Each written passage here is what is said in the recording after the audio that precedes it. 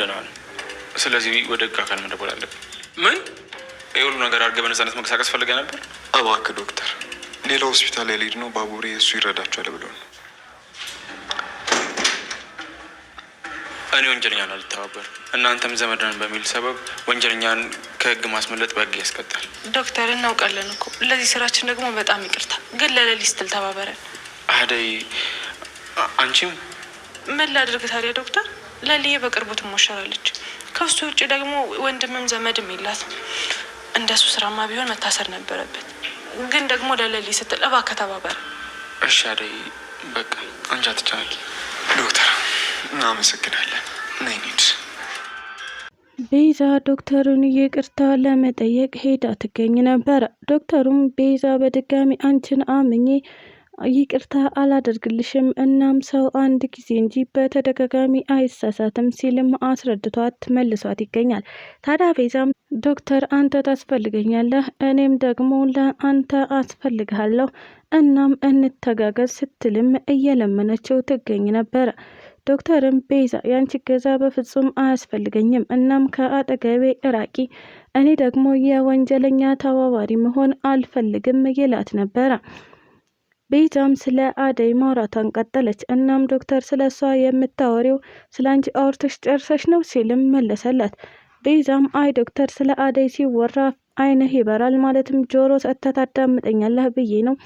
እኔማ ታዲያ ስለ እኔ ሳወራ አንተ በፍጹም መች ሰማኸኝ ስትለውም ትገኝ ነበረ። ሁሉም ፊታቸውን እያዞሩባት ቤዛ አሁን ወዴት እንደምትገባ ግራ ገብቷትና ተወዛግባ ትገኛለች። ቤዛ ከዚህ በፊት ለነበራት እያንዳንዱ ችግር ማለትም እያንዳንዱ ጥፋት አሁን እየተቀጣች ትገኛለች። ከወንድሟ ውጪ ማንም ቢሆን ሊቀርባትና ሊጠጋት ሊያምናትም እንደማይችል የገባት ቤዛ አሁን ምንድነው ማድረግ ያለብኝ እያለችም ከራሷ ጋር እየተወዘጋገበች ትገኝ ነበረ። ሰላም ጤና ይስጥልኝ ውድና የተከበራችሁ ቤተሰቦች እንዴት ናችሁ?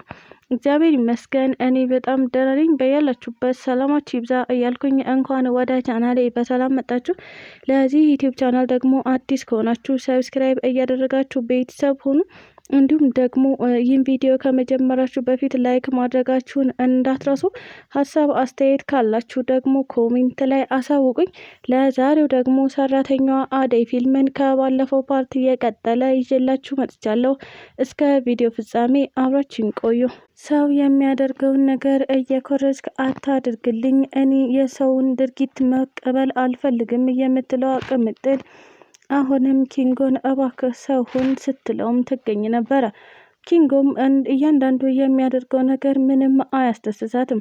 እናም ቅምጥል እባክህ አንተ በራስህ ዓለም ኑር፣ ሰዎችን አትከተል እያለችውም ትገኛለች። ይህንንም እያለችበት ምክንያቱ ዴቭ ለአደይ አበባ ሲሰጣት ከነሱ ላይ ደግሞ ኪንጎ ተቀብሎ ለቅምጥል እየሰጣት ነበረ።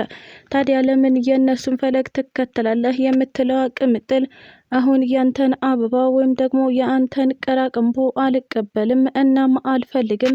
ሰው ሲያደርግ ያየኸውን ነገር ነው የምታደርግልኝ፣ እኔ ደግሞ ራስህ ከራስህ ፈጥረህ እንድታደርግ ነው የምፈልገው ስትልም ጥላው ሄዳ ትገኛለች።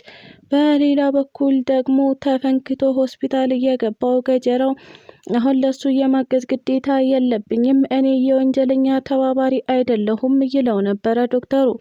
አደይና ዴቭ ዶክተሩን እየለመኑት ይገኛሉ። እናም ባቡሬ ነው ወደ አንተ የላከን፣ ዶክተር ያግዛችኋል ብሎናል፣ እባክህ አግዘን፣ ምንም አይነት ነገር እምቢ አትበለን እያሉ የሚገኙ ነበረ።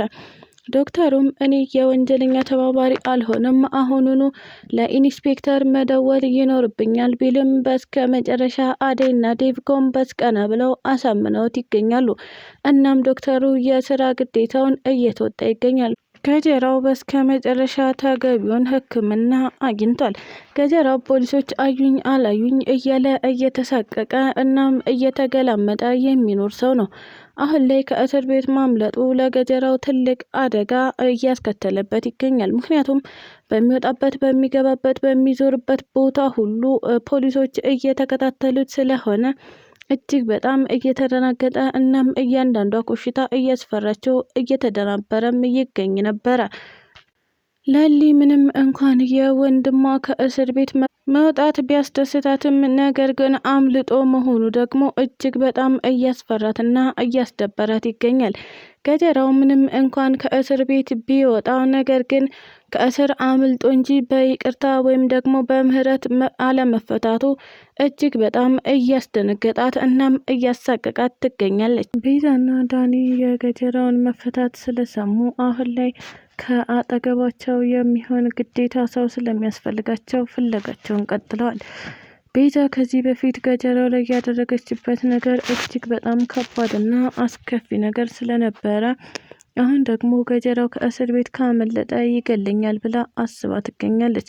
ገጀራውም የመጀመሪያ ስራዬ የሚሆነው ቤዛና ዳኒን ማጥፋት ነው ይል ነበር። አጋጣሚውን ካገኘ ቤዛን እንደሚገላት እናም እንደሚያሰናብታት የሚታወቅ ጉዳይ ነው። ቤቲ ፖሊሶቹ ሲያስጨንቋት እያንዳንዱ ነገር ዝርግፍግፍ አድርጋ ለፖሊሶቹ ተናግራ ትገኛለች።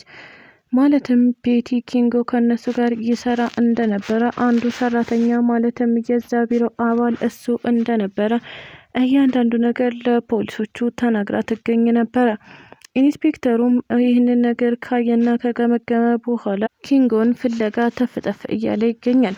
ኪንጎና ቅምጥል ተጣልተው ሲጨቃጨቁ በነበረበት ሰዓት ኢንስፔክተሩ ከች በማለት ኪንጎን ከኋላዋ ለቀም አድርጎ ወደ ጣቢያ ይዞት ሄደ።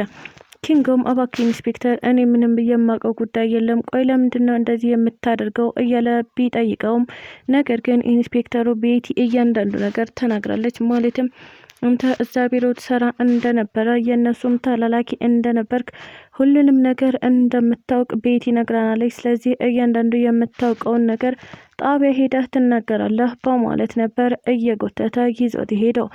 ኪንጎ ከዚህ በፊት ዳይመንድ እያንዳንዱ ነገር ተናገር፣ አንተ አምነህ እጅህን ከሰጠህ ፖሊሶቹ ምንም አያደርጉህም፣ ነገር ግን እነሱ ፈልገው ከመጡ ቅጣቱ ከፋ ያለ ነው የሚሆነው እያለ ቢያስጠነቅቀውም ኪንጎም እኔ ወደ ጣቢያ መሄድ አልፈልግም እና መታሰር አልፈልግም በማለት ከጥፋቱ እየሸሸ ይገኝ ነበር። ምንም እንኳን እሱ ጥፋተኛ ባይሆንም ነገር ግን በወንጀል ከተጨመላለቁ ሰዎች ጋር ስራ ይሰራ ስለነበረ አሁን እሱም የችግሩ አንዱ አካል እንደሆነ የሚያስበው ኢንስፔክተር በቁጥጥር ስር አውሎት ይገኛል።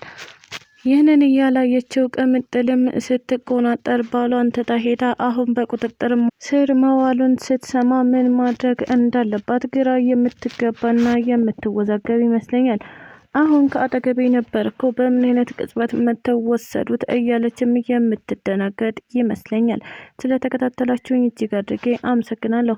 ለቻናሉ ደግሞ አዲስ ከሆናችሁ ሰብስክራይብ እያደረጋችሁ ቤተሰብ ሁኑ። እንዲሁም ደግሞ ሀሳብ አስተያየት ካላችሁ ኮሜንት ላይ መጻፍ ትችላላችሁ። ኢትዮጵያ ለዘላለም ትኑር እያልኩ ሰናበታችኋለሁ።